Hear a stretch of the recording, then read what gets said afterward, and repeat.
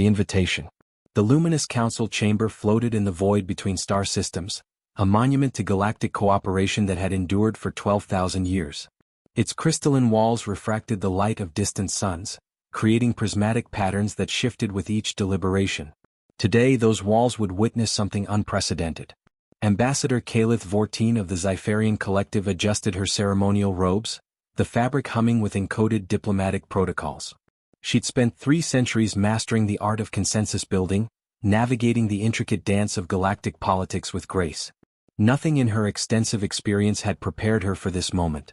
"They're here," whispered Thrum 9, the silicon-based representative from the Mechanist Concordat. His crystalline body flickered with what might have been anxiety, though emotions were difficult to read in his kind. The chamber's great doors opened with ceremonial slowness. Through them walked humanity's first official representative to the Luminous Council. Her name was Zara Okonkwo, and she strode into the chamber like she owned it. She wore no elaborate robes, no ceremonial armor, no bioluminescent displays of rank.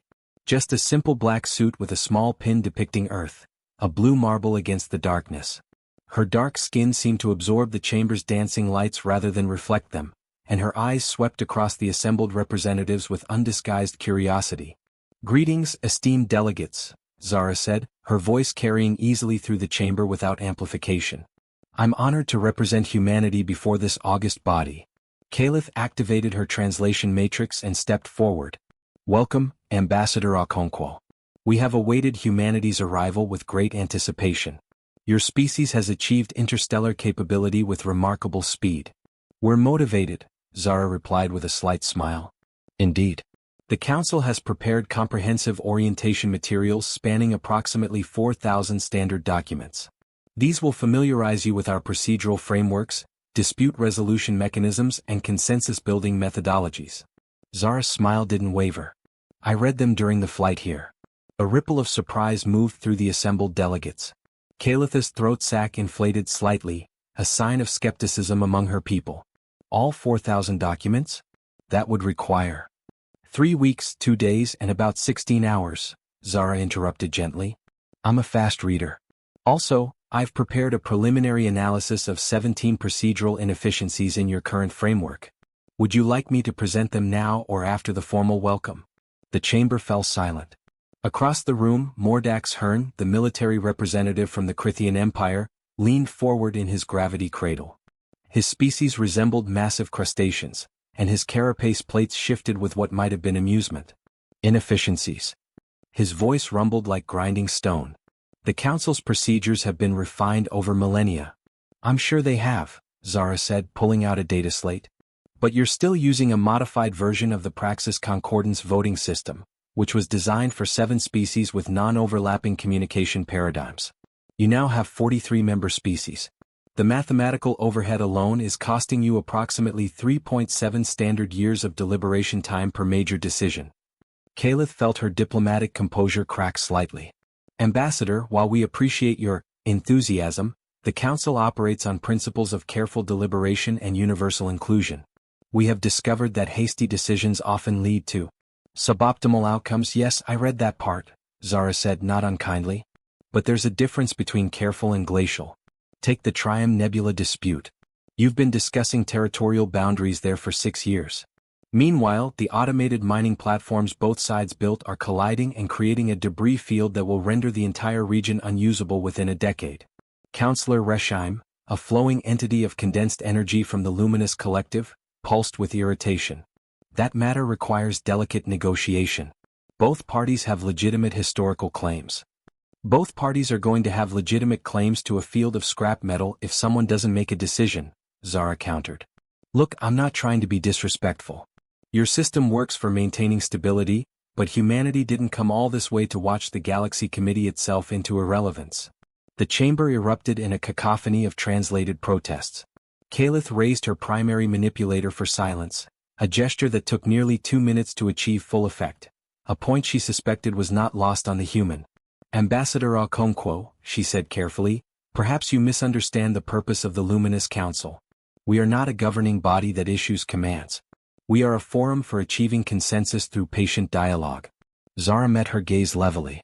"Ambassador Vortine, perhaps you misunderstand humanity. We didn't crawl out of our gravity well, survive 3 near-extinction events, and build a thriving interstellar civilization by forming committees. She looked around the chamber, making eye contact with delegate after delegate. We're here to help. But we do things differently. If that's a problem, tell me now, and I'll recommend Earth pursue bilateral agreements instead. The silence that followed was profound. Caliph realized, with a sinking feeling in her primary stomach, that humanity's arrival was going to change everything. The first session. The emergency deliberation session began at dawn cycle, though in the eternal twilight of the council chamber, dawn was merely a metaphor agreed upon by species who remembered what stars looked like from planetary surfaces. Caliph had called the session to address what she diplomatically termed calibration of expectations regarding human participation protocols. In reality, she needed to prevent a diplomatic catastrophe before Zara Okonkwo destroyed 12 millennia of careful consensus building. The human arrived exactly on time, which was itself unusual. Most species operated on fashionably delayed schedules, arriving precisely late enough to demonstrate importance without causing offense, a dance that took decades to master. "Good morning," Zara said cheerfully, carrying a beverage in a container that steamed slightly. "This is coffee. It's from Earth. Would anyone like to try some?" "We do not consume unknown substances during official sessions," intoned Prelate Vosik, the theological representative from the Ascendant Path. His species resembled bipedal mantises wrapped in robes of living moss. "Your loss. It's fantastic." Zara took a seat at the newly installed human delegation station, a simple chair and desk that looked almost comically plain next to the elaborate gravitational thrones and sensory immersion pods other delegates occupied. Caliph activated her diplomatic protocols, feeling her neural implants flooding her system with calming neurotransmitters. "Ambassador, we convened this session to discuss your proposals from yesterday." "You mean the 17 procedural improvements?" Zara pulled up her data slate. "I've actually found 6 more since then. Would you like me to?" "No." The word came from Mordax Hearn, the Crithian Empire's representative. His massive form shifted in his gravity cradle, carapace plates clicking. "What we would like is to understand your species' apparent contempt for established diplomatic practice." Zara set down her coffee slowly. "Contempt?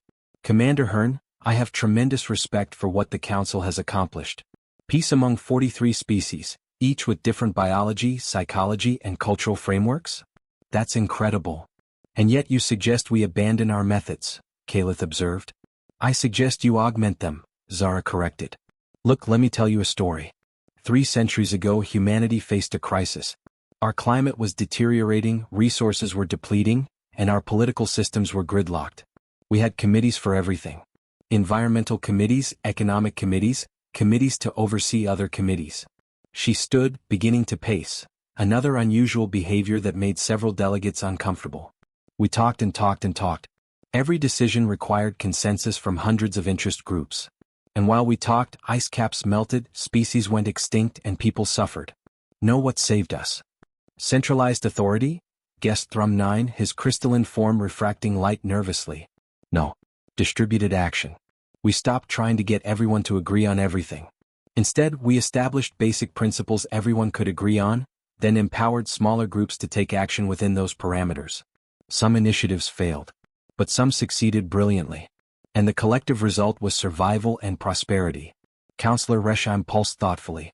"Your proposal is to fragment the council?" "My proposal is to make it functional," Zara said. "You have 43 members and you require unanimous consent for any major decision.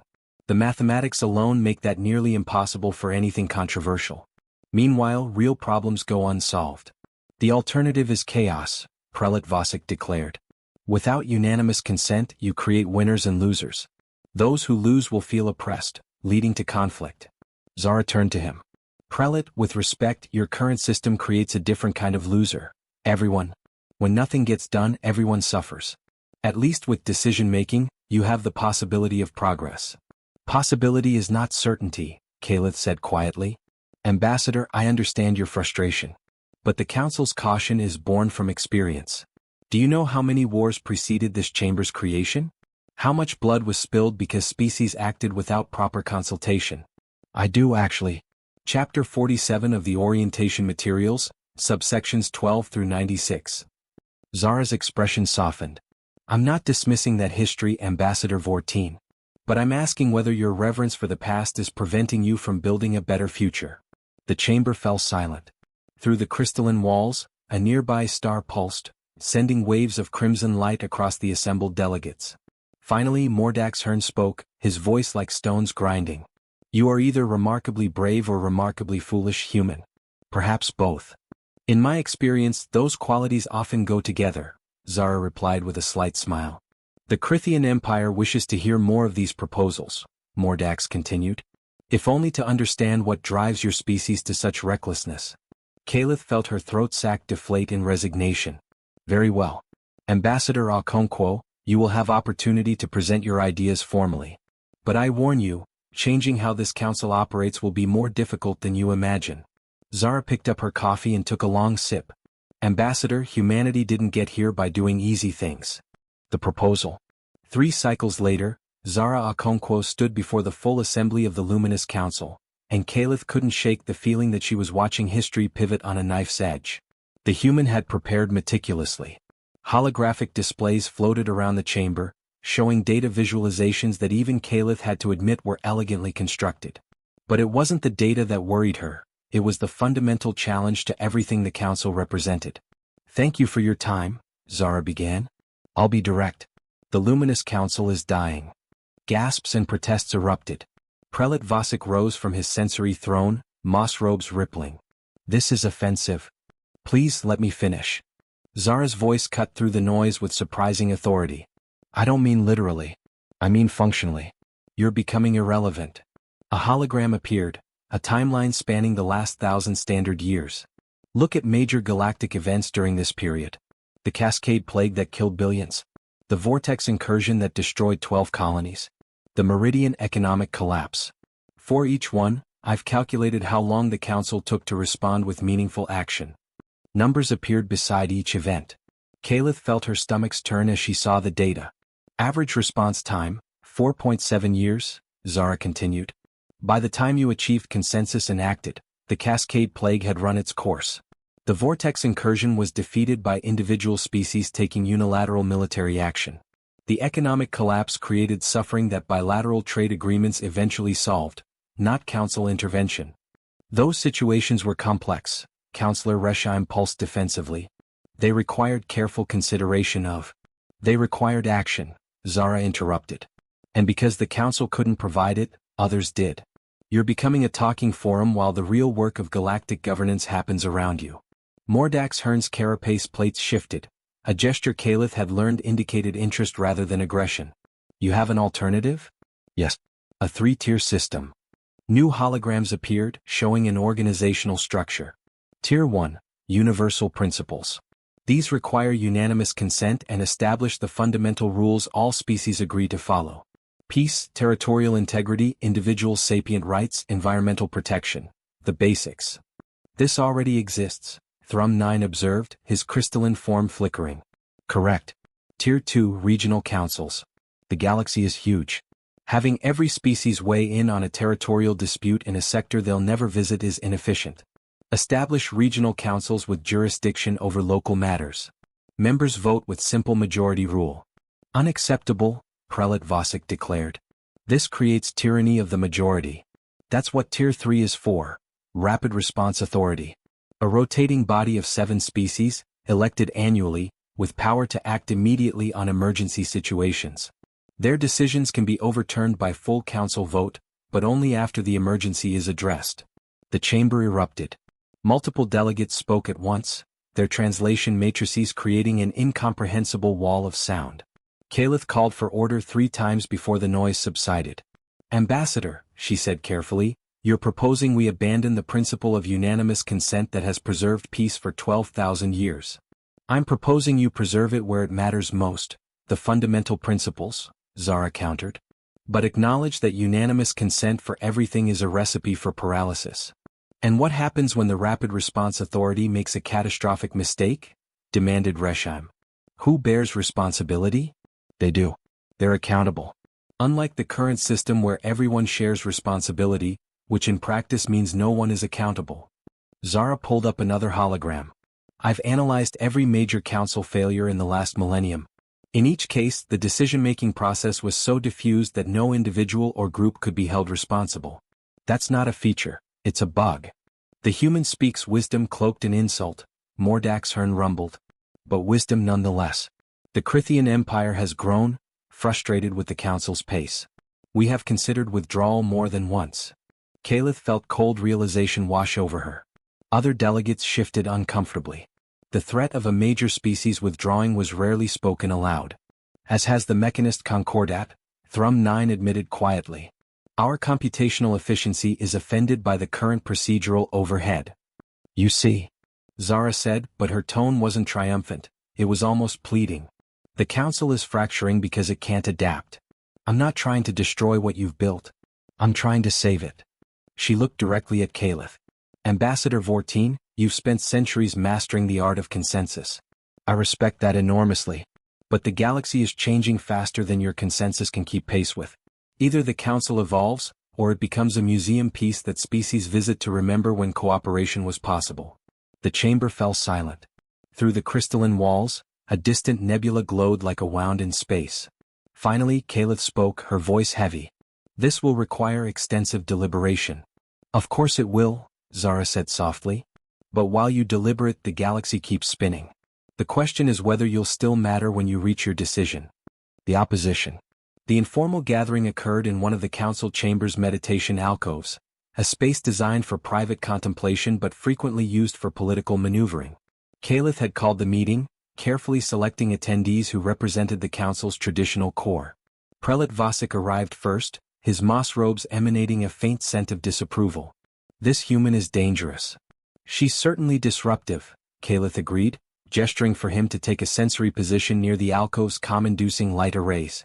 Councillor Resheim flowed in next, their energy form dimming to a respectful glow. I assume we're here to discuss resistance strategies? We're here to discuss survival strategies, Caliph corrected. For the Council, not against the human. The last to arrive was Senator Quillith from the Harmonious Assembly, a species of collective consciousness inhabiting crystalline matrices. Their voice emerged from harmonic vibrations. Mordax Hearn and Thrum 9 are meeting with the human. Did you know? Calith's throat sac contracted with surprise. When? Now. In the human's quarters. She requested the meeting. They accepted. This was worse than she'd anticipated.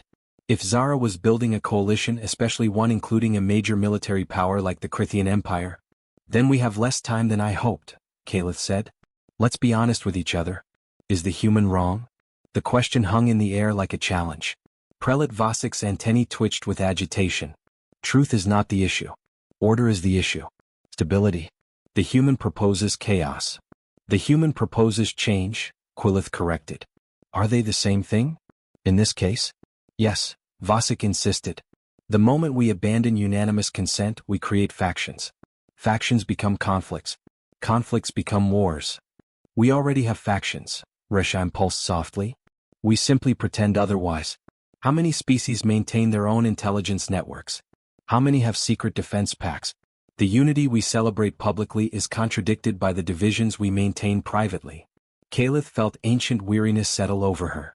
3 centuries of diplomatic service had taught her that Resheim was correct, but admitting it felt like betraying every principle she'd devoted her life to upholding. So we surrender? She asked quietly. Allow humanity to restructure an institution that has preserved peace for 12 millennia? Peace, Quillith repeated, their harmonics suggesting skepticism. Or merely the absence of declared war. How many smaller conflicts have erupted because the Council moved too slowly? How many species suffer under conditions the Council cannot address because consensus proves impossible? You sound like the human, Vosik accused. Perhaps the human sounds like reality, Quillith countered. The Harmonious Assembly has modeled probable futures based on current trajectories. In 73% of scenarios, the Council becomes functionally irrelevant within 500 standard years. In 42%, it dissolves entirely as frustrated species withdraw. The alcove's calming light seemed to dim, though Caliph knew it was merely her perception. You've been running future models? Without informing the Council? As have most species represented here, Quillith said without shame. Do not pretend otherwise, Ambassador Vortine. We all see the cracks forming. Caliph activated her neural implants, letting diplomatic protocols flood her consciousness. There had to be a middle path, a way to preserve the Council's core principles while addressing its obvious dysfunctions. What if we compromise? She proposed. Accept some reforms but maintain unanimous consent for major decisions. Establish the regional councils the humans suggested, but keep the full council as final arbiter on all matters. Half measures, Resheim observed. The human will reject this. She strikes me as someone who believes in solutions rather than compromises. Then we make her understand that compromise is the only solution available, Vosik said firmly. The council has influence, resources, and 12,000 years of institutional legitimacy. Humanity has one very persuasive individual with some clever ideas. We hold the advantage. Do we? Caliph wondered aloud. Mordax Hearn is meeting with her. The Krithian Empire controls the largest military in the known galaxy. If they align with humanity's position. She didn't need to finish the thought. Everyone understood the implications. We need intelligence, Quillith stated. What is being discussed in that meeting? What promises is the human making? You want me to spy on another delegate? Calith's throat sac inflated with shock. I want us to survive, Quillith replied. The harmonious assembly did not spend 8,000 years building our civilization to watch it crumble because we were too principled to engage in basic information gathering. Caliph looked around the alcove at these representatives of the council's traditional guard. They were scared, she realized. Scared that everything they'd built and believed in was being revealed as inadequate. And perhaps they were right to be scared. I'll make inquiries, she said finally. Discreetly. But understand, if we oppose the human through manipulation and subterfuge, we prove her point about the council's dysfunction. Or we prove, Vosik said coldly, that we know how to protect what matters. The coalition. Zara's quarters were surprisingly modest. Humanity had declined the elaborate sensory chambers offered to new member species in favor of simple rooms that, as Zara put it, don't try to anticipate what we want before we know ourselves. Mordax Hearn barely fit through the doorway, his massive crustacean form requiring the entrance to be widened. Thrum 9 had no such difficulties, his crystalline body shifting dimensions slightly to accommodate the space. Thank you for coming, Zara said, gesturing to furniture she'd hastily reconfigured to accommodate her guests. Coffee? I also have thermal beverages that might suit your biology, Commander Hearn. Your hospitality is noted, Mordax rumbled, settling into a reinforced seat. But we are not here for refreshments. You are attempting to build a coalition. I'm attempting to build consensus, Zara corrected with a slight smile. Ironic, isn't it? The human who doesn't believe in committees trying to form one. Thrum 9's crystalline facets flickered with what might have been amusement. We appreciate directness. The Mechanist Concordat calculates that your proposals have 67.3% probability of improving council efficiency. Only 67.3%? Zara raised an eyebrow. We account for implementation difficulties and resistance from traditional factions. Speaking of which, Ambassador Vortine is currently meeting with Prelate Vosik, Councillor Resheim, and Senator Quillith. Zara absorbed this information without visible reaction. Organizing opposition. Smart. She's good at her job. Yet you oppose her methods, Mordax observed. I oppose paralysis masquerading as wisdom, Zara said, leaning forward. Let me be clear, I like Ambassador Vortine. I respect her experience and dedication. But she's a guardian of a system that's failing, and she can't see it because she spent 3 centuries invested in making that system work. And you can see it because you are new, Thrum 9 stated. I can see it because I'm an outsider, yes. Sometimes fresh eyes spot problems that familiarity blinds you to. Zara pulled up a holographic display. I want to show you something. This is a comparison of decision-making efficiency across different governmental systems humanity has tried. Data streams filled the space between them, showing complex timelines and outcome analyses. We've tried pure democracy, too slow for crises. We've tried autocracy, efficient but prone to catastrophic errors. We've tried technocracy, great for technical problems, terrible for value-based decisions. We've tried every combination you can imagine. She highlighted several examples. What we learned is that no single system works for everything. You need different tools for different problems. The Council's current system is a single tool, Mordax said slowly. Exactly. It's a hammer and you're treating every problem like a nail. Some problems need a scalpel. Some need a sledgehammer. Some need a wrench. The question is whether you're willing to expand your toolbox. Thrum 9 processed this, his internal structures refracting light in complex patterns. The Mechanist Concordat supports your proposal in principle. However, we calculate significant implementation barriers. The traditional faction will resist. Let them resist with words while we demonstrate with actions, Zara said. Here's what I'm proposing, a pilot program. Select one regional sector, somewhere with active disputes but not catastrophic stakes. Implement the 3-tier system there on a trial basis. 1 standard year. If it fails, we abandon the idea. If it succeeds, we have proof of concept. Mordax's carapace plates clicked thoughtfully. The Outer Meridian Sector. 7 minor territorial disputes, resource allocation conflicts, and an ongoing piracy problem. The Council has been deliberating solutions for 9 years. Perfect, Zara said. Low enough stakes that failure won't cause catastrophe, but real enough problems that success will be meaningful. Ambassador Vortine will oppose this, Thrum 9 observed. Then we convince her. Or we proceed without her. Zara's expression hardened slightly. I didn't come here to play politics. I came here because humanity believes in the Council's mission. But we're not going to watch that mission fail due to institutional inertia. Spoken like a true revolutionary, Mordax rumbled, and there was something that might have been approval in his tone. The Crithian Empire has contemplated withdrawing from the Council 17 times in the last century. Each time, we were persuaded to remain by promises of reform that never materialized. Then don't let this be promise number 18, Zara said. Be part of the reform instead of waiting for it. A long silence filled the room. Through the viewport, the Council chamber floated against the stars, beautiful and fragile. The Mechanist Concordat will support the pilot program, Thrum 9 announced. On condition that success metrics are defined clearly and mathematically. Agreed, Zara said immediately. The Crithian Empire will also support it, Mordax added. On condition that military security implications are thoroughly assessed. Also agreed. Thrum 9's crystals chimed softly. Ambassador Vortine will view this as betrayal. Then we'll have to help her see it as evolution instead, Zara said quietly. Because the alternative is watching the Council die slowly while everyone pretends everything is fine. Mordax rose, his massive form casting shadows across the room. You are either the Council's salvation or its destruction, Ambassador Okonkwo. We shall discover which. Or both, Zara replied. Sometimes you have to break something to fix it. The breaking point. The emergency session was called at Kalitha's request, and the tension in the Council chamber was thick enough to disturb the usually pristine light refractions through the crystalline walls. Kalith stood at her delegation station, her 3 centuries of diplomatic composure barely maintaining cohesion. The Council recognizes a matter of urgent concern. It has come to my attention that certain delegates have been conducting unauthorized negotiations regarding fundamental restructuring of Council operations. Her gaze swept across Zara, Mordax, and Thrum 9. Would the conspirators care to present their scheme publicly?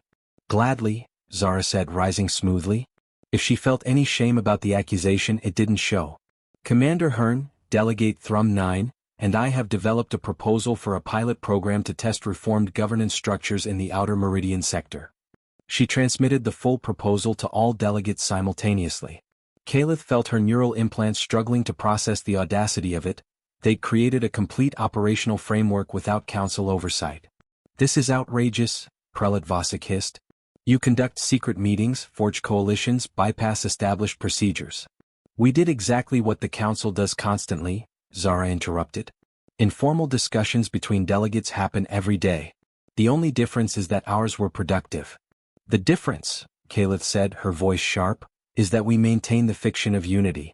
We pretend that our private discussions are merely preliminary to public consensus. You've created a functional schism. I've created honesty, Zara countered. Ambassador, with respect, the fiction of unity you're protecting is exactly what's killing the Council. Everyone here knows there are factions. Everyone knows certain species coordinate privately. Everyone knows the unanimous consent you celebrate is often manufactured through backroom deals and political pressure. Those backroom deals, Kalith said coldly, are how we maintain peace. They're how we allow species to compromise while saving public face. You're too new to understand the delicate balance required to accomplish nothing? Zara's voice rose slightly. Ambassador Vortine, I've spent weeks reviewing Council history. Do you know what I found? Brilliance. Genuine, extraordinary brilliance in how you've prevented wars, mediated conflicts, and built something unprecedented. But I also found something else. She pulled up a holographic timeline. In the first 5,000 years of the Council's existence, you implemented an average of 47 major initiatives per millennium. In the last millennium? 3. Not 3 per century, 3 total. The chamber fell silent. Several delegates examined their own records, verifying her claims. You're not maintaining balance, Zara continued, her voice softer now. You're maintaining stasis. And stasis in a changing galaxy is just slow-motion death. Counselor Resheim pulsed uncomfortably. The human makes a compelling point. The human makes a dangerous point, Vosik snapped. She would have us abandon caution for the illusion of progress. It's not an illusion if things actually improve, Mordax rumbled. The Krithian Empire supports the pilot program. Let the outer meridian sector be our laboratory. If the experiment fails, we've lost nothing. If it succeeds, we've gained everything. We've gained chaos, Quilitha's harmonics suggested distress. The moment we establish precedent for majority voting, for rapid decision-making without consensus, we've destroyed the Council's fundamental character. Or evolved it, Thrum 9 observed. The mechanist Concordat calculates that organizational systems must adapt or become obsolete. This is a fundamental principle of complex systems theory. Caliph felt something cracking inside her. 3 centuries of belief in the Council's methods confronting unavoidable evidence of their limitations. She looked around the chamber at delegates she'd worked with for decades, centuries in some cases. Very well, she said quietly. I call for a vote on the pilot program proposal. Shocked murmurs rippled through the chamber. Caliph, the Council's most dedicated traditionalist, calling for a vote rather than pursuing unanimous consent? Ambassador Vortine, Vosik said urgently, you cannot. I can, Caliph interrupted, her voice heavy with resignation. Because the human is correct. We're dying and I've been too invested in the system to see it. I don't like her methods. I don't agree with her dismissal of our traditions. But I cannot deny her evidence. She looked directly at Zara. However, I have conditions. The pilot program will be monitored by a joint oversight committee, half traditional delegates, half reform advocates. Any indication of systemic failure, and it terminates immediately. And humanity will be held accountable for any negative consequences. Accepted, Zara said without hesitation. Then I call the vote, Caliph announced. All in favor of implementing the Outer Meridian pilot program as proposed? The chamber filled with translation matrices activating, delegates confirming votes, and the soft chimes of the recording systems documenting this historic moment. When the count concluded, the result was clear. 29 in favor, 14 opposed. For the first time in 12,000 years, the Luminous Council had made a major decision without unanimous consent. Zara caught Kalitha's eye across the chamber. There was no triumph in her expression, only solemn recognition of what they'd just done. The pilot program is approved, Caliph announced, her voice barely above a whisper. May the ancestors forgive us if we're wrong. The tragedy. 6 months into the Outer Meridian pilot program, Caliph stood in the observation deck of the council chamber, watching stellar phenomena she'd seen thousands of times before but somehow felt different now. Behind her, she heard familiar footsteps. Human footsteps, she'd learned to recognize their particular rhythm. Ambassador Vortine, Zara said softly. I heard you requested to see me. Caliph didn't turn. The preliminary reports from the Outer Meridian sector arrived this morning. I know. I've read them. Pause. We both know what they say. Do we? Caliph finally turned to face the human. Then tell me, Ambassador Okonkwo, what does success look like when it's built on the corpse of everything you believed in? Zara's expression remained neutral, but something flickered in her eyes. The 7 territorial disputes were resolved in 6 weeks instead of 9 years. The piracy problem was eliminated through coordinated rapid response. Resource allocation increased efficiency by 42%. The local populations report. I've read the statistics, Caliph interrupted. They're extraordinary. Your system works. The tragedy isn't that you were wrong, it's that you were right. She moved to a crystalline display showing the council chamber's history. My people live for approximately 500 standard years. I've devoted 3/5 of my lifespan to this institution. I believed, truly believed, that our way of consensus, of patience, of universal inclusion, was not just effective but morally necessary. It was necessary, Zara said quietly, for its time. You built something miraculous, peace among species that had never imagined cooperation was possible. But time moves on. Indeed it does. The Oversight Committee meets tomorrow to discuss expanding the pilot program to other sectors. Delegate Thrum 9 has calculated that full council implementation could occur within 3 standard years. Kalitha's throat sac deflated completely. 3 years to dismantle 12 millennia of tradition. To evolve it, Zara corrected gently. Evolution and extinction can look remarkably similar from certain angles. Kalith pulled up images of the Outer Meridian Sector's regional council in session. Do you see what they're doing there? Making decisions in hours that would have taken us years. Acting with efficiency we could never achieve. They're proving that everything I dedicated my life to was, as you termed it, slow-motion death. Zara stepped closer. Ambassador, you're the most skilled diplomat I've ever encountered. The way you navigate conflicts, find compromise, understand the unspoken dynamics between species, it's remarkable. That doesn't become irrelevant just because decision-making speeds up. Doesn't it? In your Reform Council, what role is there for someone who spent centuries learning to build unanimous consent when unanimous consent is no longer required? The question hung between them. Through the observation deck's transparent walls, stars continued their eternal rotation, indifferent to the political upheavals of mortal species. You taught me something I didn't expect to learn here, Zara said finally. I came to the council convinced that efficiency was the highest value. That moving fast and breaking things was better than moving slowly and preserving them. But watching you work, seeing how you maintain relationships across species with completely incompatible value systems, I've realized that speed without wisdom is just recklessness with better marketing. Then why push for change? Kalith asked. Because wisdom without action is just philosophy that watches the galaxy burn. Zara moved to stand beside Kalith at the viewport. The tragedy isn't that your system is being replaced. The tragedy is that it took an outsider to recognize that both perspectives are necessary. She pulled up her own data slate. I've been drafting a proposal, one I haven't shared with Mordax or Thrum 9 yet. It establishes a permanent diplomatic corps within the Reformed Council structure. Species like yours, with centuries of relationship-building experience, would serve as bridge builders between the rapid decision-makers and affected populations. Kalith examined the proposal, her neural implants parsing the details. It was thoughtful, nuanced, the kind of framework that honored traditional diplomatic skills while acknowledging new structural realities.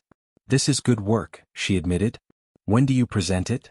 I was hoping we could present it together, Zara said. The reformer and the traditionalist, demonstrating that change doesn't require abandoning everything that came before. For the first time in months, Kalith felt something like hope stirring in her primary stomach. You realize Prelate Vasek will claim we formed the exact kind of coalition you condemned earlier? Oh, absolutely. But maybe that's the real lesson here. Committees aren't inherently bad. It's inflexible committees that are the problem. Kalitha's throat sac inflated slightly with what might have been amusement. Ambassador Okonkwo, are you suggesting that humans might actually learn to do committees after all? I'm suggesting, Zara replied with a slight smile, that the galactic tragedy isn't humans who don't do committees. It's committees that don't do anything else. And together maybe we can fix that. Through the viewport, the council chamber floated against infinity, ancient, magnificent, and now forever changed. Neither ambassador could say with certainty whether they'd saved it or destroyed it. But for the first time in 12,000 years, the council was doing something it had never truly done before. It was adapting. And that, they both silently acknowledged, was more terrifying and hopeful than either had expected.